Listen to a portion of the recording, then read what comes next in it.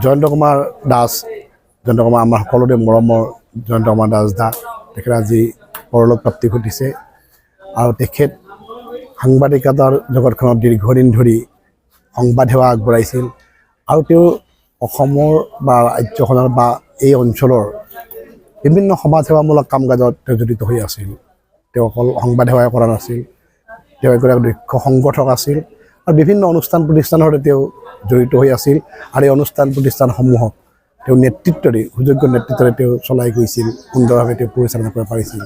সেইগৰাকী জয়ন্ত দাস দা আজি আমাৰ মাজত নাই, তেখেতে বৈকুণ্ঠৰ স্থান পাওক।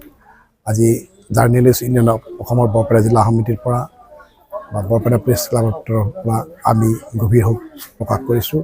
ভগৱানে তেওঁক বৈকুণ্ঠত ঠাই দিয়ক। আমাৰ সকলোৰে চিনাকি এজন জ্যেষ্ঠ সাংবাদিক বৰপেটা জিলা অসম সাহিত্য সম্পাদক, নাট্য সন্মিলনৰ সম্পাদক তথা বৰপেটা বা বৰপেটা জিলাৰ বিভিন্ন অনুষ্ঠান প্ৰতিষ্ঠানৰ লগত জড়িত হৈ আছিল ইমান দিনে জয়ন্ত কুমাৰ দাস ডাঙৰীয়া।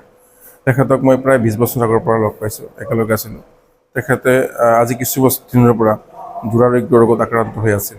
আজি তেখেতৰ প্ৰায় দিনৰ পৰা 11মান বজাত বৰপেটাৰ মেডিকেল কলেজত তেখেতৰ ইহলীলা সম্বৰণ কৰে, দেহত্যাগ কৰে। তেখেতৰ এই যি স্বৰ্গগামী তেখেতৰ ইহলীলা সম্বৰণ এই বিষয়টো সঁচাকৈ খুব দুখজনক, সঁচাকৈ খুব দুখিত। আমি আজি সমগ্ৰ বৰপেটাবাসী, বৰপেটাৰ বিভিন্ন অনুষ্ঠান প্ৰতিষ্ঠানে এই স্বৰ্গগামী বাতৰি পাই সকলোৱে দুখিত হৈছে। সঁচাই আমাৰ কাৰণে সুখৰ দিন। আজি এই বৰপেটা প্ৰেছ ক্লাবত তেখেতৰ শ্ৰদ্ধা লৈ অনা হৈছে আৰু বিভিন্ন অনুষ্ঠান প্ৰতিষ্ঠানে তেখেতক শ্ৰদ্ধাঞ্জলি জ্ঞাপন কৰি আছে। আমিও ঈশ্বৰৰ ওচৰত প্ৰাৰ্থনা কৰিছোঁ তেখেতৰ আত্মাই চিৰশান্তি লাভ কৰক আৰু তেখেতৰ আত্মীয় কুটুম্বসকলকে মই সমবেদনা জ্ঞাপন কৰিছোঁ।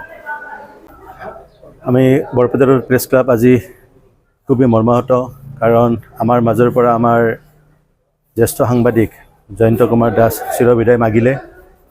যথেষ্ট দিন ধৰি তেওঁ অসুস্থ হৈ আছিলে আৰু আজি ৰাতিপুৱাই তেখেতে তেওঁৰ শেষ নিশ্বাস ত্যাগ কৰিলে।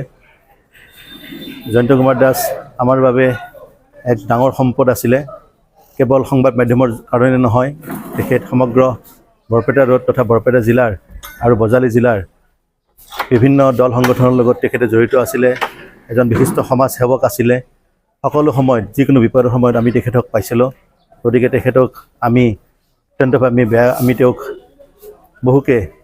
বহু পৰিমাণে আমি তেওঁক হেৰুৱাইছোঁ আৰু তাৰ বাবে আমি বৰপেটা প্ৰেছ ক্লাবে আজি আমাৰ এই প্ৰেছ ক্লাবৰ চৌহদত তেখেতৰ নশ্বৰ আনি আমি তেওঁক শেষ শ্ৰদ্ধাঞ্জলি আমি জ্ঞাপন কৰিলোঁ আৰু লগতে ইয়াত বিভিন্ন দল সংগঠন আহি তেখেতক শেষ শ্ৰদ্ধাঞ্জলি জ্ঞাপন কৰিছে।